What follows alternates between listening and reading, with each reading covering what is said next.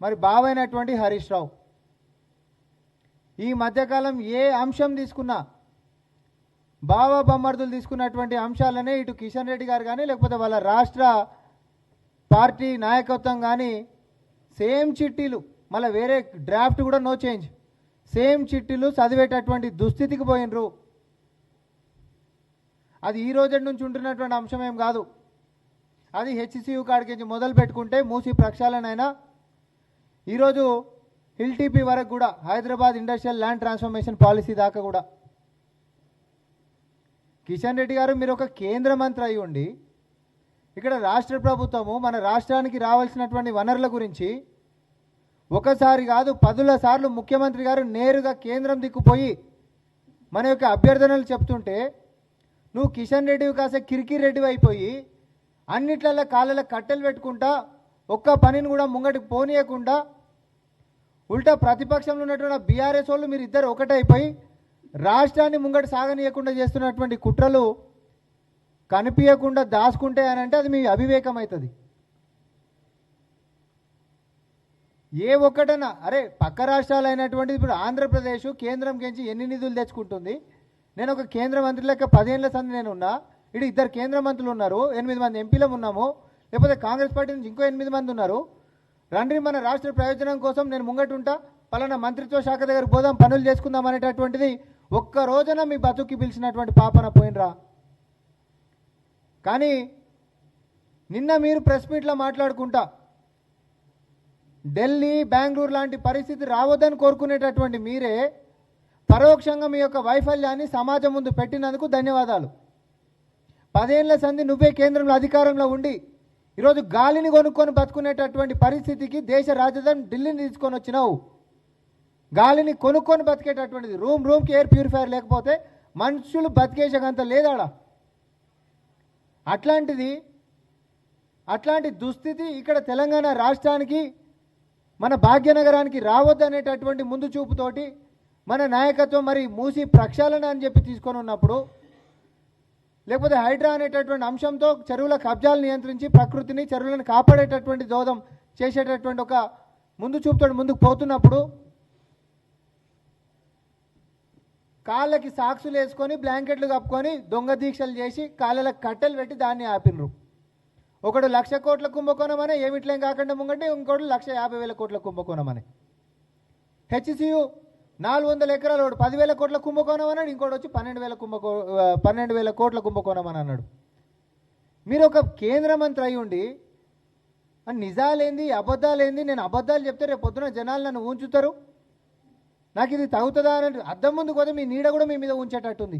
అంతటికి దిగజారిపోయినరు మీరు. ఈరోజు స్థాయి మర్చిపోయినరు, బాధ్యత మర్చిపోయినరు. ఈ రాష్ట్రం పట్ల మీరు చేయాల్సినటువంటిది, మీరు చేసినటువంటి ప్రమాణాన్ని గుర్తు చేసుకోరు. ఒకసారి అద్దం ముందు పోతే మీ నీడ మిమ్మల్ని చిదరించుకునేటటువంటి పరిస్థితికి వచ్చిండ్రు. మీరు రియలైజ్ కావాలి. హైదరాబాద్ ఇండస్ట్రియల్ ల్యాండ్ ట్రాన్స్ఫర్మేషన్ పాలసీలా కేటీఆర్ చదివిండని చెప్పి నువ్వు వచ్చి చదివినావు. ఏముందండి దాంట్లో? నువ్వు ఒక కేంద్ర మంత్రి స్థాయిలో ఉండి ఒక గజమన్న ప్రభుత్వ భూమి ప్రైవేట్ ఓన్కి అడ్డికి పావుసారి ఇచ్చేటటువంటి విధానం ఉంది అసలు కనీసం? అది పాలసీ అయినా? అది ప్రైవేట్ వాళ్ళు ఓనర్లు ఎవరైతుర్రో ఇండస్ట్రియల్ ఏరియాలో ఉంటున్నటువంటి వాళ్ళని నాన్ ఇండస్ట్రియల్ అంటే మల్టీపర్పస్ కిందకి కన్వర్ట్ చేసుకోనికి ఇచ్చినటువంటి వెసులుబాటు అది. దీంట్లో కుంభకోణం ఆస్కారం ఏడుందో, లేకపోతే పలానా కాడ ప్రభుత్వ భూమిని తక్కువ ధరకు అమ్మిరని ఒక కాగితం తీసుకొచ్చి చూపించి మాట్లాడాలి. నీ మాటల్లో కొంచెమన్నా విలువ ఉంటుంది. కానీ కేటీఆర్ అనేటోడు చదివిండు కాబట్టి కాపీ పేస్ట్ లెక్క నువ్వు వచ్చి చదువుతావంటే నీ స్థాయిని నువ్వు మర్చిపోయినవేమో. కానీ మిమ్మల్ని గెలిపించినందుకు తెలంగాణ ప్రజల యొక్క నమ్మకాన్ని బొమ్మి ఎప్పుడో చేసిండ్రు. కానీ వెన్నుపోటు పొడిచి దగా చేయకండి అని అంటున్నాం మేము. ఏదైనా మాట్లాడితే అర్థం పడదాం. 5 లక్షల కోట్లని వాడంటాడు, ఫస్ట్ 5 లక్షల కోట్లు నువ్వు అన్నావు, తర్వాత వాళ్ళు మనం ఒకటని అంటారా మళ్ళా అని చెప్పి 6.5 లక్షల కోట్ల కుంభకోణం అని అన్నారు. కొంచెమన్నా బుర్ర పెట్టి మాట్లాడుండ్రి. ఇందులో 7 లక్షల కోట్ల ఎన్ని లక్షల కోట్లు వచ్చేటటువంటి విధానం అసలు ఇది? ఎవరైతే పారిశ్రామిక వాడలాలు ఉన్నారో 60-70 ఏళ్ల క్రితం వచ్చినటువంటి పారిశ్రామిక వాడలల్లో అవి అవుట్డేటెడ్ అయిపోయినాయి, అవుట్డేటెడ్ టెక్నాలజీ అయిపోయింది. ఈరోజు నిరుపయోగంగా పడినటువంటివి చాలా ఉన్నాయి. అట్లా ఉంటున్నటువంటి దాన్ని వెసులుబాటు ఇతర మార్గాలకి తీసుకొని పోతే తద్వారా రేపు పొద్దున అక్కడ వ్యాపారానికి సంబంధించినటువంటి సముదాయాలైనా నివాసయోగ్యమైనటువంటి సముదాయాలైనా వస్తాయి. ఇప్పుడు బాలనగర్లో ఒక ఇల్లు కొనుక్కోవాలని చూస్తారండి. కంపల్సరీ ఏంటంటే అవుట్ రింగ్ రోడ్ బయటకు పోయి కొనుక్కోవాల్సిందే. బాలనగర్లో జాగుందా? కానీ ఈ బాలనగర్ అన్న ఒకప్పుడు లీజు జాగలు. ఇప్పుడు మేము తీసుకొచ్చినటువంటి విధానంలో అసలు లీజ్ జాగలు లేవు. నేను మళ్ళీ చెప్తా ఉన్నా, మీరు కుంభకోణం అని కనీసం ఎప్పుడు అనాలే? కేటీఆర్ అనేటోడు 2020లో గ్రిడ్ పాలసీ తీసుకొచ్చినప్పుడు అనాలే. అప్పుడేమో మూతులకు ప్లాస్టర్లు వేసుకుండ్రు. కాళేశ్వరం అని అంటే మీ కేంద్ర మంత్రి వచ్చి సప్పట్లు కొట్టిపోయినరు. మీరు వాళ్ళు ఒక్కటి అనేది కాపాడేటటువంటి ప్రయత్నాలు 10 ఏళ్లలో మీరు వాళ్ళ మీద ఒక్క కేసు పెట్టినప్పుడే తెలిసింది. సిబిఐ విచారణకు ఇచ్చేసేయండి, 48 గంటలలో మేమేందో చూపిస్తామని చెప్పి తొడలు మెడలు కొట్టిండ్రు. ఏమైంది? సిబిఐకి ఎందుకు అడిగిర్రు అని అంటే బీఆర్ఎస్ పార్టీని కాపాడనీకి అడిగినరు. మళ్ళీ ఒకసారి రుజువైంది అది. మీరు దయచేసి నేను మళ్ళీ ఒకసారి చెప్తా ఉన్నా, కిషన్ రెడ్డి గారు గాలికి మాట్లాడతామనంటే ఊకునేది లేదు. ఓపెన్ ఛాలెంజ్, ఏ చౌరస్తాలకు వస్తావో రా, లేకపోతే నీకు చేత కాకపోతే నీ పదవికి రాజీనామా చేయి. కానీ బ్రోకరేషాలు వేయకండి దయచేసి. బీఆర్ఎస్ వాళ్ళని మీ అధిష్టానానికి దగ్గర చేయనికే, అందులో కేటీఆర్ని దగ్గర చేయనికే నీ యొక్క ప్రయత్నం అంతా ఇంత కాదు. హరీష్ రావు చిట్టీలు చదివేటోడు ఆడ బీఆర్ఎస్ ఎల్పీలో ఉంటారు. ఇది అసెంబ్లీలో ఉన్న అందరికీ తెలుసు. చిట్టీలు ఎవరు అందిస్తారో ఏలేటి మహేశ్వర్ రెడ్డికి. ఆయన చిట్టీలో నీళ్ళు చదువుతారు, ఈయన చిట్టీలో ఈయన ప్రెస్ మీట్లు పెట్టి మాట్లాడతాడు. మీకంటూ సొంత లైన్ లేదా? ఇది రాష్ట్రంలో మీకు భాగస్వామ్యం కాదా? మిమ్మల్ని జనాలు గెలిపించినప్పుడు రూపాయి ఇడికి తీసుకొని రావాలనేటటువంటి బాధ్యత మీ మీద ఉండదా? ఢిల్లీ లెక్క మరో నగరం లెక్క హైదరాబాద్ మారొద్దు అని అంటే మూసి ప్రక్షాళన జరగాలని చెప్పి ముఖ్యమంత్రి రేవంత్ రెడ్డి గారు మరి కంకణం కట్టుకొని కూర్చున్నప్పుడు కుంభకోణం అనేటటువంటి ఆరోపణలతోటి కాళ్ళలో కట్టలు పెట్టేటటువంటి ప్రయత్నాలు చేస్తున్నారు. మేము ఈరోజు చెప్తా ఉన్నాం, అది 1,00,000 కోట్లు అవుతుందా, 50,000 కోట్లు అవుతుందా, 10,000 కోట్లు అవుతుందా, 2,000 కోట్లు అవుతుందా? మొత్తం కేంద్రం బాధ్యత నువ్వే తీసుకొని, మా ఎంపీలు ఏడికి రమ్మంటే వాడికి అక్కడికి వస్తారు. మొత్తం బాధ్యత మీరే తీసుకోండి. మీరు ఎంత చేస్తారో అంత చేయండి. కానీ మాకు మూసి ప్రక్షాళన జరగాలి. కానీ చేసేటటువంటి ప్రయత్నానికి మాత్రం దయచేసి కాళ్ళ కట్టలు పెట్టొద్దని చెప్పి కోరుకుంటా ఉన్నాం.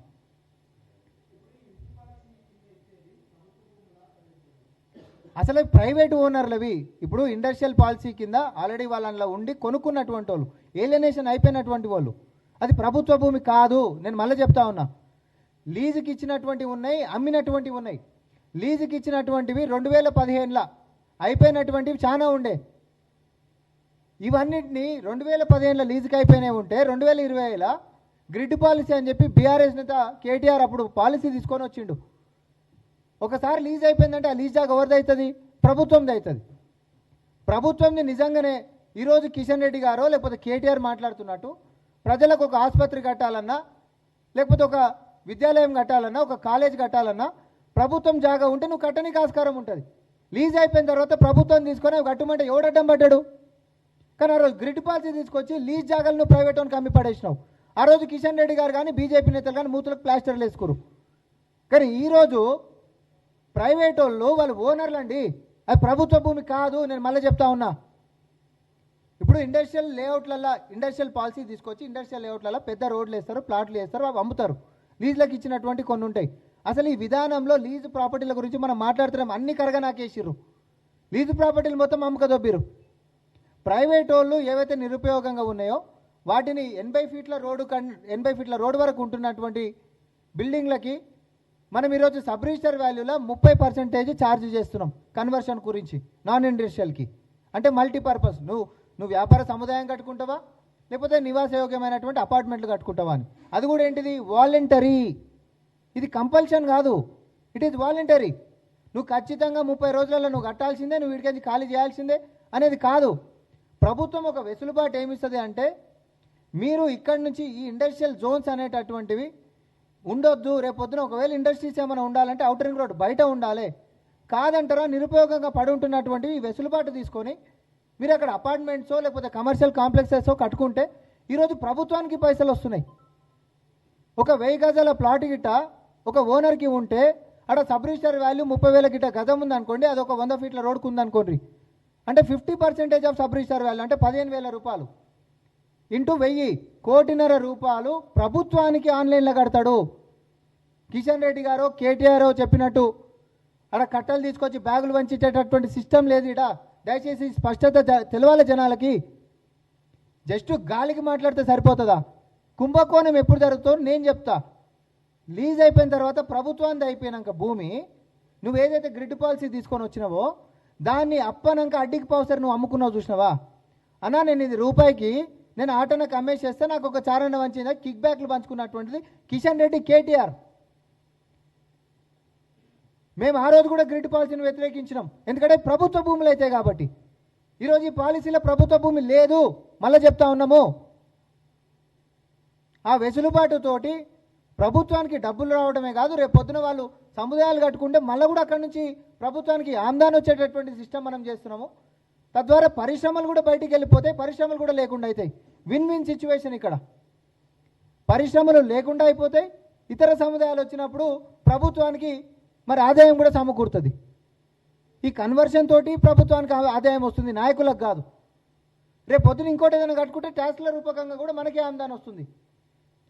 ఒక బూతు లెక్క దీన్ని భూతద్దంలో పెట్టి పదే పదే పదే పదే జనాలకు రుద్దుకుంటా, ఇద్దరు కలిసి ములాఖత్ అయిపోయి ఒకటే స్క్రిప్ట్ని జిరాక్సులు తీసుకొని చదువుకుంటా. అరే ఒక్క అంశంలో అడ్డం పడుతున్నారా? ఢిల్లీ లెక్క మారొద్దంటాడు, మూసి ప్రక్షాళన కాళ్ళలో కట్టెలు పెడతాడు. ఎందుకు జరుగుతలేదండి? ఎందుకు ముందుకు పోతలేదు? అడ్డం పడుతుంది కిషన్ రెడ్డి కాదా? రాష్ట్రంలోనేమో ప్రతిపక్షం బీఆర్ఎస్ కేటీఆర్ అనేటోడు, హరీష్ రావు అనేటోడు అడ్డం పడితే అక్కడ కేంద్రంలోనేమో కిషన్ రెడ్డి అడ్డం పడుతుండు.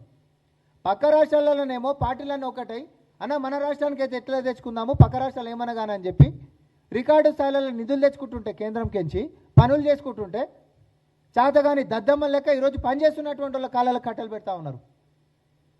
దయచేసి ఈ విధానం తప్పు కాదు. మేము చేస్తున్నటువంటి అంశాలని మీరు అడ్డుకుంటే తప్పు అవుతుంది. అబద్ధాలు, దుష్ప్రచారాలు దయచేసి పనిచేయండి. అభివృద్ధి సంక్షేమాల గురించి అడిగినప్పుడు ధర్మం అనేటటువంటిది తీసుకొచ్చి ప్రజల మెదళ్లలో నొక్కుతా ఉన్నారు. అది కూడా ఏమైనా ఉన్నదా అంటే ఏం లేని దాంట్లోకించి లేని కాంట్రవర్సీస్ క్రియేట్ చేసి బీజేపీకి నేను మళ్ళా కూడా చెప్తా ఉన్నా, బీజేపీ నేతలకి, బీఆర్ఎస్ నేతలకి ఈ రాష్ట్రం యొక్క ప్రగతి, ఈ రాష్ట్రంలోని సంక్షేమాలు ఏ అంశాలైనా కూడా అందరం కూడా జెండాలు పక్కకేసి కేంద్రంతో కలిసికట్టుగా కొట్లాడుకుంటే రాష్ట్రం ప్రగతి అనేది వేగవంతంగా జరుగుతుంది. కానీ అన్ని అంశాలలో కూడా అడ్డుకట్టలెక్క వేస్తే మాత్రం ఇది హర్షించేటటువంటి అంశం కాదు. బీజేపీ అసలు రూపం అనేటటువంటిది ప్రజలు ఈరోజు మీ అబద్ధాలను కొన్ని రోజులు నమ్మినట్టు కనిపించరు. మొన్నటిదాకా జూబ్లీస్గా మిమ్మల్ని నమ్ముతలేరు అనేది మళ్ళీ మొదలైంది. మీ యొక్క పంతా మార్చుకోవాలి, ప్రగతిలో మీరు భాగస్వామ్యం కావాలి, కేంద్రంతో కొట్లాడాలి, కిషన్ రెడ్డి గారు ముందుండాలి, బండి సంజయ్ గారు సహకరించాలి. దానికి మా కాంగ్రెస్ ఎంపీలందరం కూడా కలిసికట్టుగా మనం కేంద్రంకి ఇచ్చి నిధులు ఎట్లా తెచ్చుకోవాలనే దాని మీదనే చర్చ జరగాలి తప్ప జోకర్ లెక్క ఒకైనా, బ్రోకర్ లెక్క ఒకైనా ఏషాలు వేసుకుంటా ఈరోజు కిరికిరి రెడ్డి లెక్క మారినటువంటి నువ్వు మళ్ళీ కిషన్ రెడ్డి కావాలనంటే తెలంగాణ గురించి పాటుపడి నీ యొక్క చిత్తశుద్ధిని తెలంగాణ ప్రజలకు చాటాలని చెప్పి కాంగ్రెస్ పార్టీ నుంచి మేము డిమాండ్ చేస్తా ఉన్నాం.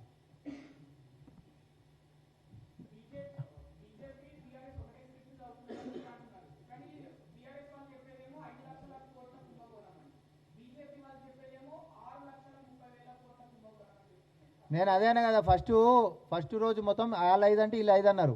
అరే మామ నువ్వు నేను ఒకటని అనుకుంటారా, నువ్వు 1,50,000 కోట్లు పెంచా అని చెప్పి ఆయన 5 అంటే వీళ్ళు 6.5 పెంచి తర్వాత మొదలు పెట్టిండ్రు. ఇది ఇట్లుంటే ధర్మం గురించి మాట్లాడిండ్రు. కిషన్ రెడ్డి గారికి ఇంకొకటి కూడా నేను అడుగుతా ఉన్నా, మీకు నిజంగానే ధర్మం మీద, మతం మీద, దేవుని మీద, దేవుణ్ణి మొక్కేటోళ్ళు అయితే, మీరు నిజంగా హిందువులే అయితే, నువ్వు ఒక కేంద్ర మంత్రివై హిందూ పుట్టుకనే పుడితే నేను చాలా పెద్ద మాట మాట్లాడుతున్నా. మన దేవాలయాల మీద వేసినటువంటి జిఎస్టీని ఉపసంహరించడానికి ఒక యుద్ధ ప్రాతిపదిక మీద నువ్వు కేంద్రం మీద దండయాత్ర చేద్దాం దా. అరే దేవాలయాల కొబ్బరికాయల కాడికించి మొదలు పెట్టుకుంటే అర్చన సేవలు లేకపోతే ఏవి ఇంకేదైనా పూజలు చేసుకుంటే కూడా జిఎస్టీ అండి. కోట్ల రూపాయలు దేవాలయాలకు నోటీసులు ఇచ్చారు జిఎస్టీ కేంద్రము. ధర్మం గురించి మాట్లాడతారు, దేవుళ్ళ గురించి మాట్లాడతారు. అలా ఆర్ఎస్ఎస్ హెడ్ క్వార్టర్స్ పక్కన పార్కింగ్ గురించి ఏమో 1400 సంవత్సరాలు 17 సంవత్సరాల నుంచి రామనామ జపం చేస్తున్నటువంటి గుడిని కూలగొడతారు ఈ పాపాత్మలు. బీజేపీ నాయకులకి నరేంద్ర మోడీ గారు దేవుడు ఉండొచ్చు, కానీ అసలైనటువంటి హిందువులకి 3 కోటి మంది దేవతలు ఉన్నారు, ముఖ్యమంత్రి రేవంత్ రెడ్డి గారు చెప్పినట్టుగా. ఈ డిఫరెన్స్ అనేటటువంటి చాలా స్పష్టంగా మళ్ళీ చెప్తా ఉన్నాం. బీజేపీ నాయకులకి, అంధభక్తులకి మాత్రం నరేంద్ర మోడీ గారు దేవుడు ఉండొచ్చు, కానీ అసలైనటువంటి హిందువులకి 3 కోటి మంది దేవతలు ఉన్నారు. ఎవరి ఆచారాలు, ఎవరి సాంప్రదాయాలు, ఎవరి కట్టుబాట్లు ఎవరివి వారికి ఉన్నాయి, ఎవరి నమ్మకాలు వారికి ఉన్నాయి. ఒకరినొకరు గౌరవించుకోవడం అనేటటువంటిది మన సంస్కృతి, మన సాంప్రదాయాలు, మన ఆచారాలు మనకు నేర్పించిన మన పెద్ద మనుషులు తాతల కాడికించి మన పురాణాలు అవే చెప్పినాయి. దేవాలయాల మీద జిఎస్టీ లేచి ఒక పక్కనేమో ధర్మం గురించి పెద్ద పెద్ద ప్రవచనాలు ఇస్తారు. రోడ్ ఎక్కువ నియమడి మేమందరం వస్తాం, మేము వస్తామంటున్నాం కదా కాంగ్రెస్ పార్టీకించి. దాన్ని చిత్తశుద్ధి ఏందో చూపెట్టు. ధర్మం మీద గుళ్ళ మీద వేస్తావా జిఎస్టీ? సిగ్గు తెచ్చుకోండి కొంచెమన్నా. బయట సిగ్గు లేకుండా రాజకీయం చేస్తూ ఉన్నారు మతం మీద. మళ్ళా పోనీ మీరు వచ్చిన తర్వాత ఇతర మతాల మీద ఏమైనా గిట్ట కట్ చేసిండ్రా? కొత్తగా హిందూ గుడ్ల మీద మాత్రమే ట్యాక్సులు వేసిండ్రు. ఓపెన్ ఛాలెంజ్, ఏడికన్నా చర్చకు వస్తే రండి. ధర్మం గురించి మాట్లాడదామంటే అదొక అంశం, ప్రగతి గురించి మాట్లాడదామంటే అదొక అంశం, కేంద్రం కించి సంక్షేమం నువ్వేం చేసినావు చెప్తుందా అంటే అదొక అంశం. అంతే తప్ప బురద రాజకీయాలు చేసుకుంటా అబద్ధపు ప్రచారాలకు పూనుకుంటా మాత్రం తెలంగాణ ప్రజలు చైతన్యమైనటువంటి వాళ్ళు జూబ్లీహిల్స్లో రిజల్ట్ అనేటటువంటి ఏది ఇచ్చిరో అది మీకు మ్యాండేట్ అయింది. కిషన్ రెడ్డి గారు, జోకర్లు బ్రోకర్ల యొక్క ట్యాగులు మీరు తీసేసుకోవాలని అంటే తెలంగాణ మీద చిత్తశుద్ధితో మీరు పనిచేయాలి.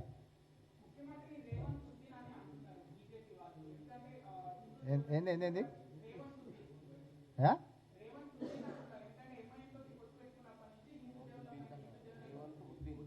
అచ్చా పేరా? ఓకే, ఏమో మరి అది ఇప్పుడు అది బండికాన్ని లేకపోతే కిషన్ ఉద్దీన్ అడుగు. ఓకే.